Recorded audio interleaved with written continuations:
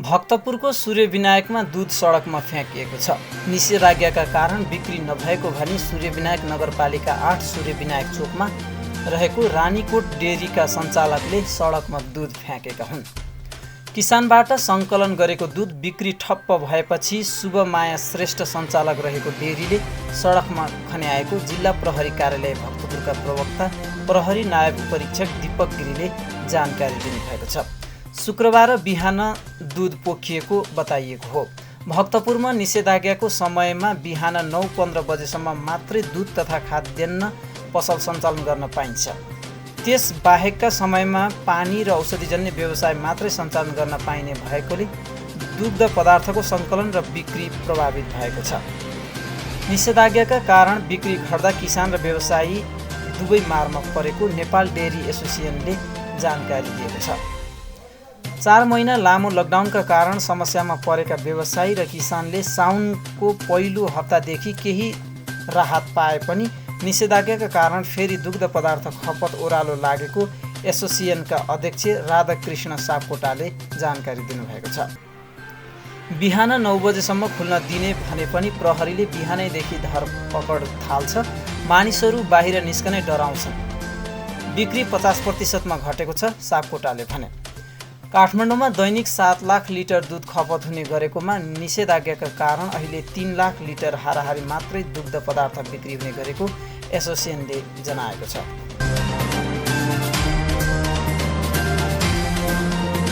सरकारले पीसीआर परीक्षणको लागि दबाब नदिन आग्रह गरेको छ।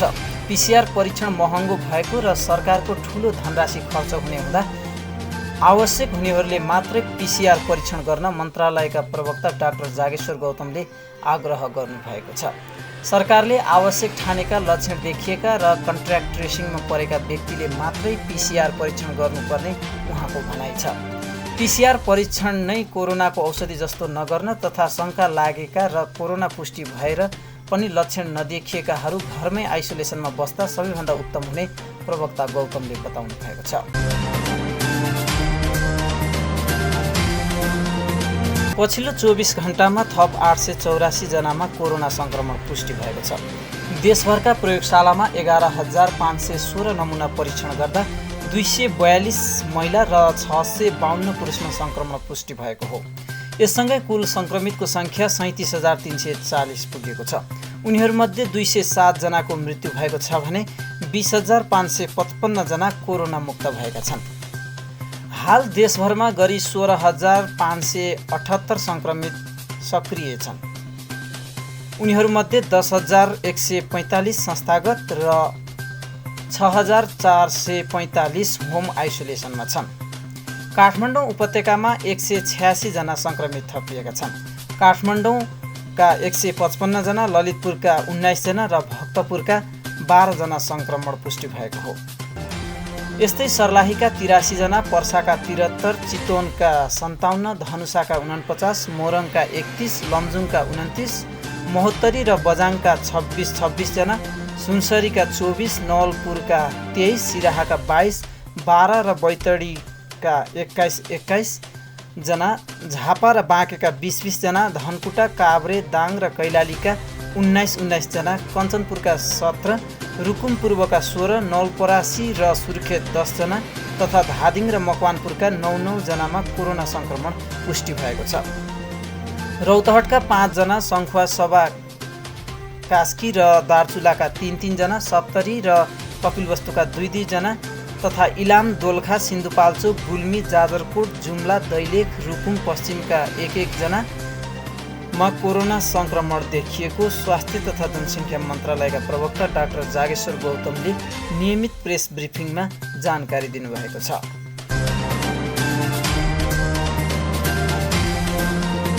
नेपाली बजारमा भारतीय केराको व्यापक आयातले नेपाली केरा किसानहरू समस्यामा परेका छन्। खेतमा तयार केरा बिक्री वितरण नभएकाले केरा बोटमै पाकेर कुहिन थालेपछि यहाँका किसानहरू चिन्तित बनेका हुन्। एकातिर खेतमा तयार रहेको केरा जिल्लामा निषेधाज्ञा र कोरोनाको महामारीका कारण बिक्री वितरण भइरहेको छैन भने अर्कातर्फ भारतीय सस्तो केरा नेपाली बजारमा आयात भइरहेकोले नेपाली केराले बजार नपाइरहेको केरा उत्पादक सङ्घका अध्यक्ष लक्खु यादवले जानकारी दिनुभएको छ। भारतीय सस्तो केरा नेपाली बजारमा भित्रिरहेको तर नेपालमै उत्पादित केरा बजार पुर्याउन खोज्दा भने कोरोना सङ्क्रमण फैलिने भन्दै विभिन्न स्थानीय तहका जनप्रतिनिधि र स्थानीय प्रहरी प्रशासनले अवरोध गरेको अध्यक्ष यादवले आरोप लगाउनु भएको छ। केरा बिक्री नहुँदा लाखौँको क्षति बिहोर्नु परेको किसानहरूको भनाइ छ। भारतीय केरा थोकमा प्रति दर्जन 15 देखि 20 रुपियाँमा पाइने हुँदा उक्त केरा नेपाली केराभन्दा 15 रुपियाँ सस्तो पर्न जान्छ। अहिले जिल्लामा नेपाली केरा प्रति दर्जन 35 रुपियाँ छ। भन्सार क्वारेन्टाइन र एजेन्टहरूको सेटिङमा व्यापारीहरूले केरा सस्तोमा सहजै आयात गर्न पाएपछि व्यापारीहरूले नेपाली केरातर्फ ध्यानै दिएका छैनन्, जसका कारण किसानहरूले भारतीय केरा आयातमा रोक लगाउन माग गरेका छन्। परासीमा कुल 2500 बिघा क्षेत्रफलमा हाल केरा खेती भइरहेको छ।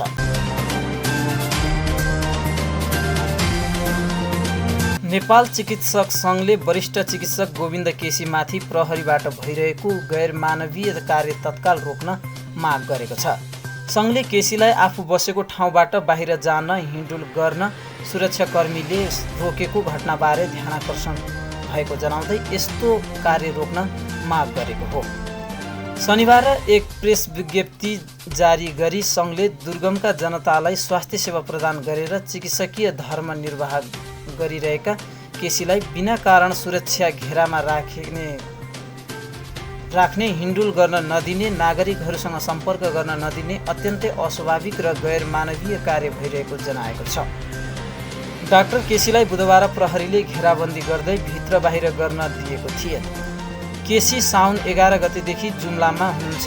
उहाँ दुर्गमका जनताको घरमा पैदल हिँडेर स्वास्थ्य सेवा दिइरहनु भएको छ।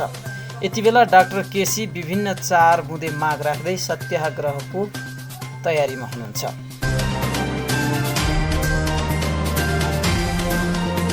कोरोना सङ्क्रमण समुदाय स्तरमा बढ्दै गएको भन्दै रूपन्देहीको तिलोत्तमा नगरपालिकाले 16 श्राद्ध अर्थात् पितृपूजन कार्य कोरोना सङ्क्रमणको महामारी रोक्न भन्दै सकेसम्म वैकल्पिक उपाय भर्चुअल माध्यमबाट गर्न नगरवासीलाई अपिल गरेको छ।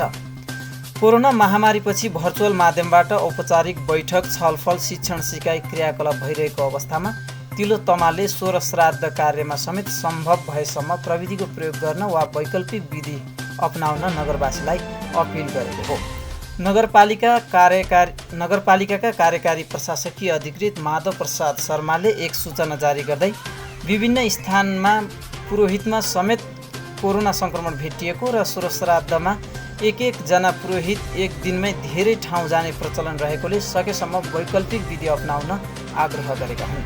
प्रत्येक वर्ष आश्विन कृष्ण पितृ पक्षमा गरिने 16 श्राद्ध अर्थात् पितृपूजन यस वर्ष भदौ 17 गतेबाट सुरु हुँदैछ। नगरपालिकाले 16 श्राद्ध कार्यमा आफन्त, छरछिमेक, इष्टमित्र, बन्धु बान्धवलाई आमन्त्रण नगरी परिवारका सदस्यहरू मात्रै सामेल हुने व्यवस्था मिलाउन पनि सबैमा आग्रह गरेको छ। यस्तै नगरपालिकाले जन्म, न्वारन, व्रतबन्ध, विवाह, मृत्यु संस्कार जस्ता कर्म पनि पारिवारिक रूपमा मात्रै सीमित गर्न र सजगता अपनाउन भनेको छ। तिलोत्तमामा अहिले लकडाउन गरिएको छ भने 2 जनाको कोरोना सङ्क्रमणका कारण मृत्यु भइसकेको छ।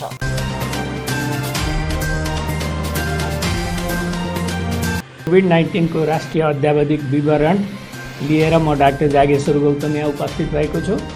साङ्केतिक भाषामा सागर सुवेदीले साथ दिइरहनु भएको छ। आज अतिथिको रूपमा स्वास्थ्य सेवा विभाग, परिवार कल्याण महाशाखाका बाल स्वास्थ्य तथा खोप शाखाका प्रमुख डाक्टर झलक गौतम यहाँ उपस्थित हुनुहुन्छ। र विश्वमा कोभिड-19 को अवस्थालाई चाहिँ हेर्दा सङ्क्रमित भएकाको सङ्ख्या जम्मा 2,49,20,024 छ र मृत्यु भएकाको सङ्ख्या 8,41,486 र निको भएकाको सङ्ख्या 1,73,03,818 छ। नेपालमा पनि निको हुनुभएको व्यक्तिहरूको जम्मा सङ्ख्या 20,555 छ। सक्रिय सङ्क्रमितको सङ्ख्या 16,578। होम आइसोलेसनमा रहनुभएका व्यक्तिहरूको सङ्ख्या 6,445। संस्थागत आइसोलेसनमा रहनुभएका व्यक्तिहरूको सङ्ख्या 10,145 गत 24 घण्टामा डिस्चार्ज हुनुहुनेहरूको सङ्ख्या 313 र कोरोना ठिक भई डिस्चार्ज हुनुभएका व्यक्तिहरूको प्रतिशत 55% छ र यसरी कोरोना सङ्क्रमितहरूको उपचारमा खटिनुभएका चिकित्सक, नर्स, स्वास्थ्य कर्मीहरू, अन्य शुभेच्छुकहरू सबैलाई हामी धन्यवाद दिन चाहन्छौँ। आजसम्म आरटीपीसीआर परीक्षणको सङ्ख्या 6,69,626 छ र आज गरिएको आरटीपीसीआर परीक्षणको सङ्ख्या 10,971 र क्वारेन्टाइनमा रहनुभएको सङ्ख्या 8,035 छ र प्रदेशअनुसार सक्रिय सङ्क्रमितहरूको सङ्ख्या यस प्रकार रहेको छ। प्रदेश 1 मा संस्थागत आइसोलेसनमा रहनुभएको सङ्ख्या प्रदेश 1 मा 1,222, प्रदेश 2 मा 1,924, बागमती प्रदेशमा 4,155, गण्डकी प्रदेशमा 467, प्रदेश 5 मा 1,140, कर्णाली प्रदेशमा 408 र सुदूरपश्चिम प्रदेशमा 829 गरी जम्मा 10,145 र होम आइसोलेसनमा रहनुभएको सङ्ख्या प्रदेश 1 मा 427, प्रदेश 2 मा 3,847, बागमती प्रदेशमा 1,632, गण्डकी प्रदेशमा 18, प्रदेश 5 मा 389, कर्णाली प्रदेशमा 17, सुदूरपश्चिम प्रदेशमा 115 गरी जम्मा 6,445 जना हुनुहुन्छ। हामीलाई 2वटा कल सेन्टरबाट 8,061 वटा कल प्राप्त भएका छन्। यसपछि म प्रदेश तथा जिल्ला अनुसार आरटीपीसीआर पोजिटिभ को नतिजा बताउन गइरहेको छु। प्रदेश 1 मा इलाममा 1 जना, झापामा 20 जना, धनकुटामा 19 जना, मोरङमा 31 जना, सङ्खुवासभामा 3 जना र सुनसरीमा 24 जना। प्रदेश 2 मा धनुषामा 49, पर्सामा 73, बारामा 21, महोत्तरीमा 26, रौतहटमा 5, सप्तरीमा 2, सर्लाहीमा 83 र सिराहामा 22। बागमती प्रदेशमा काठमाडौँमा 155, काभ्रेपलाञ्चोकमा 19, चितवनमा 57, दोलखामा 1, धादिङमा 9, भक्तपुरमा 12, ललितपुरमा 19, मकवानपुरमा 9 र सिन्धुपाल्चोकमा 1। यसै गरी गण्डकी प्रदेशमा कास्कीमा 3, नवलपरासी पूर्वमा 23, लमजुङमा 29, अनि प्रदेश 5 मा कपिलवस्तुमा 2, गुल्मीमा 1, दाङमा 19, नवलपरासीमा 10, बाँकेमा 20, रूपन्देहीमा 16। कर्णाली प्रदेशमा जाजरकोटमा 1, जुम्लामा 1, दैलेखमा 1, रुकुम पश्चिममा 1 र सुर्खेतमा 10। सुदूरपश्चिम प्रदेशमा कञ्चनपुरमा 17, कैलालीमा 19, दार्चुलामा 3, बजाङमा 26 र बैतडीमा 21 गरी जम्मा 242 महिला र 642 पुरुष गरी जम्मा 884 जना हुनुहुन्छ।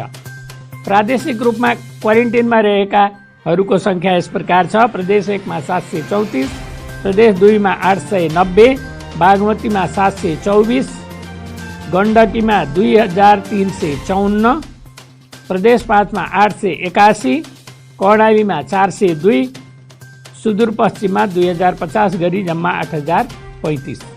हालसम्म डिस्चार्ज हुनेको विवरण प्रदेश वाइज: प्रदेश 1 मा 1,559, प्रदेश 2 मा 4,678, बागमतीमा 1,001, गण्डकीमा 1,703, प्रदेश 5 मा 4,747, कर्णालीमा 2,033, सुदूरपश्चिममा 4,834 गरी जम्मा 20,555। आइसियुमा रहनुभएका बिरामीहरूको विवरण: प्रदेश 1 मा 15, प्रदेश 2 मा 38, बागमतीमा 78, गण्डकीमा 3, प्रदेश 5 मा 17, र कर्णालीमा 24 गरी जम्मा 175 र भेन्टिलेटरमा उपचाररत बिरामीहरूको सङ्ख्या प्रदेश 1 मा 3, बागमतीमा 17 र प्रदेश 5 मा 2 गरी जम्मा 22 जना।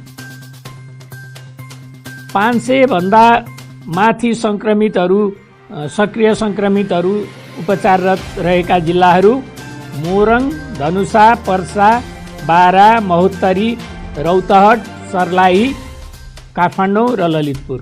सङ्क्रमितहरू शून्य भएका जिल्लाहरू 2 छन्, मुस्ताङ र हुम्ला। अब यसपछि डाक्टर झलक गौतमलाई आफ्नो कुरा राखिदिनु हुन म अनुरोध गर्दछु। नमस्कार, धन्यवाद। स्वास्थ्य तथा जनसङ्ख्या मन्त्रालयका प्रवक्ता डाक्टर जागेश्वर गौतमज्यू लगायत स्वास्थ्य मन्त्रालय र त्यो टिमलाई म धन्यवाद दिन चाहन्छु र आभार व्यक्त गर्न चाहन्छु। र बाल स्वास्थ्य तथा खोप सेवा सम्बन्धी केही जानकारी गराउनु पर्ने आवश्यकता महसुस भएर म त्यस सम्बन्धमा केही जानकारी गराउन चाहन्छु। सर्वप्रथम त हामीले खोप किन दिन्छौँ भनेर हामीले जानकारी राख्नु उपयुक्त हुन्छ। हामीले खोप दिएर जोगाउन सकिने रोगहरूबाट हुन सक्ने अपाङ्ग, बिरामी हुने दर र मृत्युदर घटाएर रोगहरूको नियन्त्रण, निवारण र उन्मूलनका लागि बालबालिकाहरूलाई हामीले खोप दिने गरेका छौँ र गर्भवती आमाहरूलाई पनि हामीले खोप दिन्छौँ। हामीले खोप सेवा 2034 सालबाट सुरु गरेर अहिले हामीले 12वटा एन्टिजेन अथवा 12वटा रोगको विरुद्धमा हामीले हाम्रा 6,20,000 भन्दा बढी बालबालिकाहरूलाई नियमित खोप सेवा दिने गरेका छौँ र हामीले 6,20,000 बालबालिकाहरूलाई खोप मुखबाट 2वटा खोप, पोलियो र रोटा भाइरस विरुद्धको खोप र सुईको माध्यमबाट 6वटा खोप दिने गरेका छौँ, जसले गर्दा क्षयरोग, पोलियो, लहरे खोकी, भ्यागुते रोग, धनुष्टङ्कार, hepatitis, pneumonia, meningitis, rubella, Japanese encephalitis लगायत पोलियो लगायतका रोगहरूबाट हाम्रा बालबालिकाहरूलाई जोगाउन सकिन्छ, अपाङ्ग हुनबाट जोगाउन सकिन्छ, बिरामी हुनबाट जोगाउन सकिन्छ र मृत्यु हुनबाट जोगाउन सकिन्छ। यसै वर्ष हामीले हाम्रो नियमित खोप सेवामा नयाँ खोप सेवा सुरु गऱ्यौँ, रोटा भ्याक्सिन सुरु गरेका छौँ र अहिले राष्ट्रिय खोप कार्यक्रममा हामीले सरसफाइ प्रवर्धनको कार्यक्रम पनि सँगसँगै सुरु गरेका छौँ।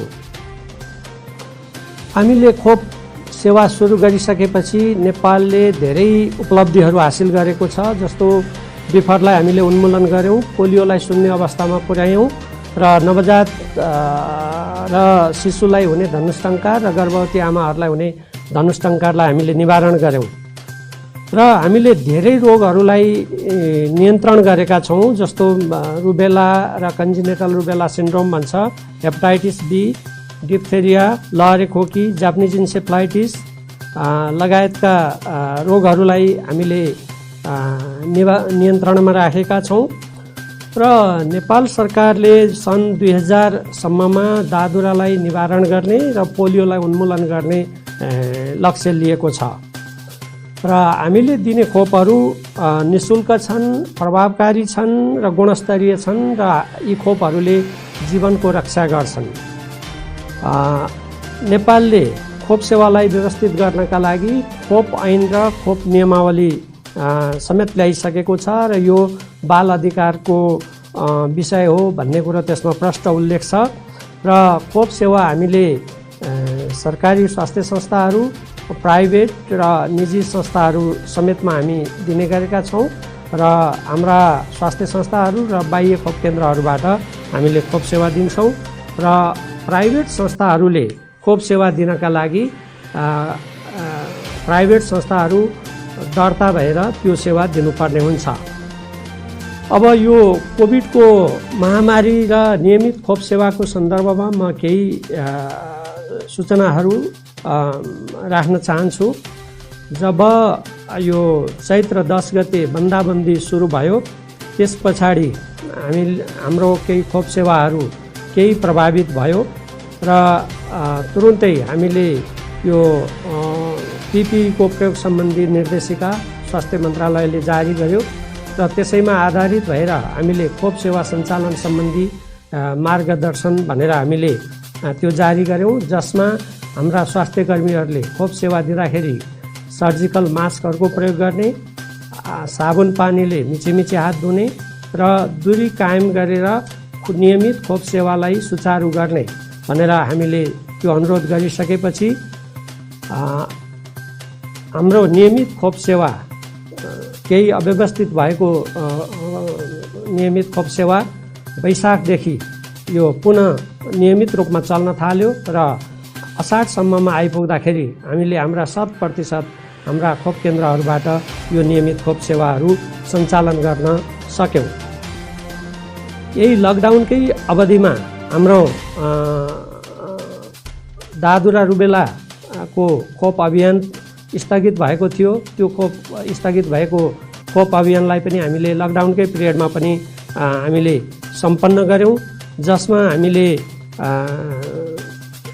दादुरा रुबेला खोप अभियानमा 25,91,000 भन्दा बढी हाम्रा बालबालिकाहरूलाई खोप दियौँ र 16,37,000 भन्दा बढी बालबालिकाहरूलाई पोलियो थोपा पनि खुवायौँ र लकडाउनकै अवधिमा केही जिल्लाहरूमा दादुराको महामारी फैलियो, जस्तो धादिङ, गोर्खा, काठमाडौँ। ती महामारी फैलिएका ठाउँमा पनि हामीले महामारीकै त्यही लकडाउनकै पिरियडमा निश्चित हाम्रा मापदण्डहरू अपनाएर, सुरक्षाका मापदण्डहरू अपनाएर हामीले 31,329 जना हाम्रा बालबालिकाहरूलाई दादुरा रुबेला विरुद्धको खोप पनि त्यही अवधिमा हामीले दिन सक्यौँ। अनि यो कोभिडको यो महामारीको अवधिमा यो सङ्क्रमणहरूलाई रोक्न सकियोस् र हाम्रो नियमित खोप सेवा पनि सुचारू होस् र हाम्रा स्वास्थ्य कर्मीहरूलाई PPE को समस्या नहोस् भनेर यसै वर्षदेखि हामीले मास्क, साबुन र सेनिटाइजर खरिद गर्नका लागि खोप कार्यकर्ताहरूलाई उपलब्ध गराउने गरी बजेटको व्यवस्था गरेका छौँ र त्यो जिल्लाहरूमा पठाएका छौँ र सबै जिल्लाहरूलाई म यो सामग्रीहरू खरिद गरेर हाम्रा खोप कार्यकर्ताहरूलाई उपलब्ध गराइदिनु हुनका लागि म हार्दिक अनुरोध गर्दछु। यसै वर्ष हामीले पूर्ण खोपयुक्त देश घोषणा गर्ने कार्यक्रम रहेको छ। हाम्रा करिब 86 वटा नगरपालिकाहरूलाई पूर्ण खोपयुक्त पालिका घोषणा गर्न बाँकी छ र त्यो अभियानमा हामी अहिले लागेका छौँ र नियमित खोप सेवाका लागि आवश्यक खोप र खोपजन्य सामग्रीहरूको अभाव हुन दिने छैनौँ र त्यो अभाव हुन नदिनका लागि हामीले खोप र खोपजन्य सामग्रीहरूको बहुवर्षीय खरिद योजना पास गरेर त्यो प्रक्रियामा खरिद प्रक्रियामा त्यो गइसकेको छ र असहज अवस्था भए पनि स्थानीय तह र प्रशासनसँग समन्वय गरी वैकल्पिक योजना बनाएर खोप सेवा नियमित रूपमा सञ्चालन गर्नुपर्ने हुन्छ र कतै बालबालिकाहरू छुटेको भए हामीले खोजेर खोप दिनुपर्ने व्यवस्था गर्नुपर्छ र त्यो म हाम्रा स्वास्थ्य कार्यालयहरू, स्वास्थ्य संस्थाहरू र हाम्रा सबै स्वास्थ्य कर्मीहरूलाई अनुरोध गर्न चाहन्छु। र अहिले यो अवस्थामा, असहज अवस्थामा पनि हाम्रो बाल स्वास्थ्यसँग सम्बन्धित कुनै पनि सेवाहरू रोकिएका छैनन् र नवजात शिशु र बालबालिकामा हुने कुनै पनि स्वास्थ्य सम्बन्धी खतराका चिन्हहरू, जस्तै नवजात शिशुहरूले दुध चुस्न नसक्ने, ज्वरो आउने, सास लिन कठिन हुने, पखाला, घाउ खटिरा लगायतका जति पनि खतराका चिन्हहरू देखा परेमा ढिलाइ नगरिकन नजिकको स्वास्थ्य संस्थामा लगी उपचार र सल्लाह लिनुपर्ने हुन्छ। त्यसका लागि म सम्पूर्ण अभिभावकज्यूहरूलाई हार्दिक अनुरोध गर्न चाहन्छु। नवजात शिशुहरूलाई यसै वर्षदेखि हामीले भिटामिन के को सुई दिँदैछौँ र जसले बालबालिकामा हुने घाउ चोटपटकबाट हुने रक्तस्रावलाई रोक्दछ र यो बजेट प्रदेश आपूर्ति केन्द्रमा हामीले पठाइसकेका छौँ र म प्रदेश आपूर्ति केन्द्रलाई त्यो भिटामिन के खरिद गरी यसै वर्षदेखि प्रयोगका लागि जिल्लाहरूमा अनि मातहतका स्वास्थ्य संस्थाहरूमा पठाइदिनका लागि म हार्दिक अनुरोध गर्दछु। र हामीसँग खोपको बहुवर्षीय खोप योजना छ। यो योजनाले केही नयाँ खोपहरू हाम्रो नियमित खोप तालिकामा थप गर्दै जाने निर्देश गरेको छ। सोही अनुसार यस वर्ष हामीले रोटा खोप थप गरेर गएका छौँ र अब आगामी वर्ष केही वर्षभित्रमै हामीले महिलाहरूको पाठेघरको मुखको क्यान्सर विरुद्धको खोप HPV को लागि हामीले प्रक्रिया अगाडि बढाउँदैछौँ र निकट भविष्यमै हामी यो खोप फेरि नयाँ नियमित खोप तालिकामा हामी सुरु गर्ने नेपाल सरकारको लक्ष्य रहेको छ। र यी नयाँ खोप सुरुवात गर्नका लागि गाभी ग्लोबल भ्याक्सिन एलायन्सले हामीलाई सहयोग गरेको छ र त्यो निरन्तर त्यो सहयोग रहन्छ भन्ने हामी विश्वास गर्छौँ। र त्यो गाभीले भ्याक्सिन खरिदको लागि लजिस्टिक अनि क्यापासिटी जस्तो स्वास्थ्य कर्मीहरूको तालिम, कोल्ड चेन क्यापासिटी आदिमा सहयोग गर्ने गरेको छ। र खोपका मुख्य विकास साझेदारहरू WHO र युनिसेफ छन् र WHO र युनिसेफको सहयोग हामीले निरन्तर पाइराखेका छौँ। र आगामी केही वर्षभित्रै हामीले टाइफाइड र HPV खोप सुरु गर्ने कुरा अघि मैले भनिसकेको छु। अब यो कोभिडको महामारीको सन्दर्भमा कोभिडसँग सम्बन्धित खोपको बारेमा धेरै जिज्ञासा हामीले पाएका छौँ र धेरै प्रश्नहरू हामीलाई सोध्ने गरिएको छ। र हालसम्म विश्व स्वास्थ्य सङ्गठन WHO ले प्रमाणित गरेको अथवा एप्रुभ गरेको कोभिड-19सँग सम्बन्धित खोपहरू बजारमा आएका छैनन् र नेपालले प्रयोग गर्ने सबै खोपहरू WHO PQ खालको खोपहरू हामी प्रयोग गर्छौँ र हालसम्म 31 वटा खोप क्लिनिकल ट्रायलमा रहेका छन् र 142 वटा प्री क्लिनिकल नन ह्युमन उसको अवस्थामा ट्रायलमा रहेका छन्, जसमध्ये 9 वटा खोप फेज 3 तेस्रो चरणको क्लिनिकल ट्रायलमा रहेका छन्, जसमा हामीले खोपको प्रभावकारिता त्यसमा हेरिने गर्छ, एफिकेसी। र नेपालले खोपको तेस्रो चरणको अनुसन्धानमा चाहना व्यक्त गरिसकेको छ र खोप उत्पादन भइसकेपछि सबै मुलुक धनी वा गरिब मुलुकहरूले समानताका आधारमा खोप पाउनुपर्छ भन्ने हाम्रो मान्यता रहेको छ। र नियमित खोप सेवा सञ्चालन भएन भने बालबालिका त्यो खोपबाट छुटे भने दादुरा, डिप्थेरिया, जापानिज इन्सेफेलाइटिस, पोलियो जस्ता रोगहरूको महामारी फैलिन सक्छ। केही ठाउँहरूमा हामीले महामारी फैलिएको पनि हामीले सर्भिलेन्समा खोज पत्तालमा भेटिरहेका छौँ। ती रोगहरूको मृत्युदर कोभिड-19 को भन्दा बढी छ। त्यसैले हरेक बालबालिकाहरूले खोप पाउनुपर्छ र ती बालबालिकाहरूलाई हामीले नछुटाइकन खोप दिनुपर्छ। र अन्त्यमा म यो नियमित खोप सञ्चालन गर्ने जस्तो अहिले कोभिडको यो असहज अवस्था, बाढी पहिरोको अवस्था, यो असहज अवस्थामा पनि हाम्रा सबै स्वास्थ्य कर्मीहरूले नियमित खोप सेवा सञ्चालन गरिरहनु भएको छ। ती सबै स्वास्थ्य कर्मीहरूलाई म धन्यवाद दिन चाहन्छु, आभार व्यक्त गर्न चाहन्छु र हाम्रा सबै महिला स्वास्थ्य स्वयंसेविकाहरू र हामीलाई खोपमा सहयोग गर्ने गाभी, WHO, युनिसेफ र खोपको यो क्याम्पेनमा हामीलाई सहयोग गर्ने Rotary, Lions, Water Aid, Ncell, Red Cross, शिक्षक, क्लबहरू, सञ्चारकर्मीहरू र सबै सहयोगीहरू सबैलाई म धन्यवाद र आभार व्यक्त गर्न चाहन्छु।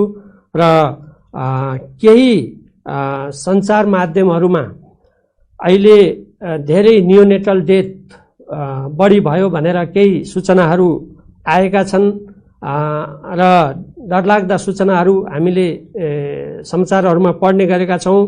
हामीले 3 वर्षको तथ्याङ्क हेर्दाखेरि 2074-75 को तथ्याङ्क हेर्दा 28 दिनभित्रका शिशुहरू हाम्रो संस्थामा 716 जनाको मृत्यु भएको थियो। 75-76मा 680 जनाको मृत्यु भएको थियो र 76-77मा अहिलेसम्मको तथ्याङ्कमा संस्थागत जुन नियोनेटल डेथ 28 दिनभित्रको शिशुको मृत्यु 712 भएको छ। त्यसकारणले कुनै पनि समाचार सम्प्रेषण गरिदिँदाखेरि तथ्यमा आधारित भएर समाचार सम्प्रेषण गरिदिनु हुन म सबै सञ्चार माध्यम र सबै महानुभावहरूलाई अनुरोध गर्दै आफ्नो भनाइ यहीँ टुङ्ग्याउँछु। धन्यवाद, नमस्कार। धन्यवाद डाक्टर झलक गौतमलाई। आज मैले भएको आरटीपीसीआरको परीक्षणको सङ्ख्या चाहिँ अलिकति गल्ती हुन गएकोले भुल सुधार गर्न चाहन्छु। त्यो सङ्ख्या हो 11,516। यो अनुसार बुझिदिनु हुन अनुरोध गर्दछु। जानकारी छ, हिजो आज कोभिड पहिचानका लागि पीसीआर परीक्षण गर्न धेरै भनसुन गर्ने गरिएकोमा मन्त्रालयको ध्यानाकर्षण भएको छ। पीसीआर परीक्षण कोभिड-19 को अचूक औषधि होइन। यो समाजमा संक्रमण कतातिर जाँदैछ, जोखिममा भएका वा लक्षण भएका व्यक्तिहरूमा चाँडो पत्ता लगाई व्यवस्थापन गर्न र संक्रमणको चाँडो पहिचान गरी संक्रमणको चक्र रोक्नको लागि गर्नुपर्ने हुन्छ। भएका स्रोत साधनको समुचित प्रयोग गर्नु हामी सबैको कर्तव्य हो। कोभिड-19 परीक्षणमा प्रयोग हुने उपकरण र रिएजेन्टहरू हाम्रो देशमा बन्दैनन्। यसका लागि निकै ठुलो धनराशि विदेशी नै गर्छ भन्ने सबैले बुझौँ र आवश्यकताका आधारमा मात्रै परीक्षण गर्ने गरौँ र सोही अनुसार निःशुल्क रूपमा सरकारले नै परीक्षण गर्ने व्यवस्था गरेको छ। शङ्कास्पद बिरामीहरू, कन्ट्याक्ट ट्रेसिङमा परेका व्यक्तिहरू, निश्चित समुदायमा अनुसन्धान प्रयोजनका लागि नमुना परीक्षण सरकारले निःशुल्क गर्दै आएको छ। कसैले आफू खुसी गर्न चाहनुहुन्छ भने शुल्क तिरेर गर्न सक्ने व्यवस्था पनि मिलाइएको छ। तर अनावश्यक रूपमा धेरै परीक्षण नगर्नु, नगराउनु हुन, नआत्तिनु हुन सबैमा अनुरोध गरिन्छ। धनी देशहरूमा बनेका स्वास्थ्य जन्य सामग्रीहरू हाम्रो जस्तो देशमा ल्याएर प्रयोग गर्दा स्वभावैले निकै महँगो पर्न जान्छ। त्यसमा पनि हालको कोभिडका परीक्षणका सामग्रीहरू संसारभरि माग भइरहेको छ। महँगा छन् र अभाव पनि छ। नेपालमा हालसम्म 6.5 लाखभन्दा बढी व्यक्तिहरूको परीक्षणबाट 37,000को हाराहारी व्यक्तिहरूको संक्रमण पोजिटिभ पहिचान भएको अवस्था छ। हामीले त्यसै पनि अड्कल गर्न सक्छौँ कि कति धेरै रकम परीक्षणमा खर्च भइरहेको छ। अब अनुरोध छ, स्वास्थ्य तथा जनसङ्ख्या मन्त्रालयले कोभिड-19 को जोखिम रहेको स्थानमा बसोबास गर्ने व्यक्तिहरूलाई लक्षित गरी परीक्षणको दायरा फराकिलो बनाएको छ। अहिलेको अवस्थामा संक्रमण दर दिन प्रतिदिन वृद्धि हुँदै गएको अवस्था छ। यसको प्रभाव अग्रपङ्क्तिमा रहेर सेवा प्रदान गर्ने चिकित्सक, नर्स, स्वास्थ्यकर्मीहरू, सुरक्षाकर्मीहरू, अन्य कर्मचारी, सवारी चालक तथा सहयोगीहरू लगायतका समाजका हरेक तह र तबकाका, विशेष गरी घना बस्तीहरूमा बस्ने आवजावत गर्ने स्थानहरूमा यो रोग देखा परेको छ। कोभिड-19 संक्रमण पुष्टि भइसकेपछि संक्रमण अन्य व्यक्तिहरूलाई सर्न नदिनका लागि अलग्गिएर बस्नुपर्छ, आइसोलेसनमा बस्नुपर्छ, जसले गर्दा संक्रमणको चक्रलाई रोक्न सकिन्छ भन्ने हामी सबैलाई थाहा भइसकेकै छ। अप्ठ्यारो परेकालाई स्वास्थ्य संस्थाहरूमा ठाउँ उपलब्ध गराउन समेत तपाईँ हामी लक्षण नभएका व्यक्तिहरू सम्भव भएमा घरमै आइसोलेसनमा अलग्गिएर बस्दा, खानपिन बसोबासका हिसाबले र मानसिक रूपमा समेत घरमै छ भन्ने भएर चाँडो निको हुने वातावरण बन्दछ। रोगका लागि सबैभन्दा महत्त्वपूर्ण कुरा भनेको राम्रो खानपान र आत्मबल नै हो, जुन आफ्नै घरको वातावरण धेरैभन्दा धेरै उपलब्ध हुने गर्छ। त्यस्तै सामान्य लक्षण भएकाहरूलाई आइसोलेसन सेन्टर र कोभिड अस्पतालमा भर्ना गरी निगरानीमा राख्ने गरिएको छ। यसरी आइसोलेसनमा बस्दा चिकित्सक तथा स्वास्थ्यकर्मीको प्रत्यक्ष अप्रत्यक्ष सरसल्लाह एवं सम्पर्कमा रहिरहनु पर्ने हुन्छ।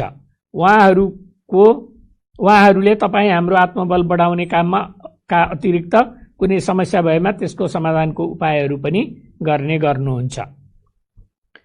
र यसका साथै आज दुःखद खबरहरू पनि छन्। आज 12 जनाको निधन भएको छ। निधन हुनेमा 3 जना महिला हुनुहुन्छ। पाल्पाको 30 वर्षीय एक महिला र काठमाडौँको 51 वर्षीय एक महिला र भक्तपुरको 62 वर्षीय एक महिला, 3 जना महिला। र पुरुषहरूमा पर्साको 48 र 39 वर्षीय 2 पुरुष, सिराहामा 84 वर्षीय एक पुरुष, गोर्खामा 38 वर्षीय एक पुरुष, कास्कीमा 58 वर्षीय एक पुरुष, काठमाडौँमा 83 वर्षीय एक पुरुष, ललितपुरमा 72 वर्षीय एक पुरुष र अर्को 61 वर्षीय एक पुरुष गरी 2 जना र भक्तपुरमा 82 वर्षीय एक पुरुष गरी 9 जना। र जम्मा 12 जनाको निधन भएको छ र अहिले निधन हुनेको सङ्ख्या 207 पुगेको छ र यो चाहिँ सङ्क्रमित हुनेहरूमध्ये 0.55% हो। निधन हुनेहरूप्रति स्वास्थ्य तथा जनसङ्ख्या मन्त्रालय हार्दिक श्रद्धाञ्जली व्यक्त गर्दछ र शोक सन्तप्त परिवारप्रति संवेदना पनि प्रकट गर्दछ। यसका साथै कोरोनाको यो अपडेट यहीँनिर सकिन्छ। मलाई पनि बिदा दिनुहोस्। धन्यवाद। नमस्कार।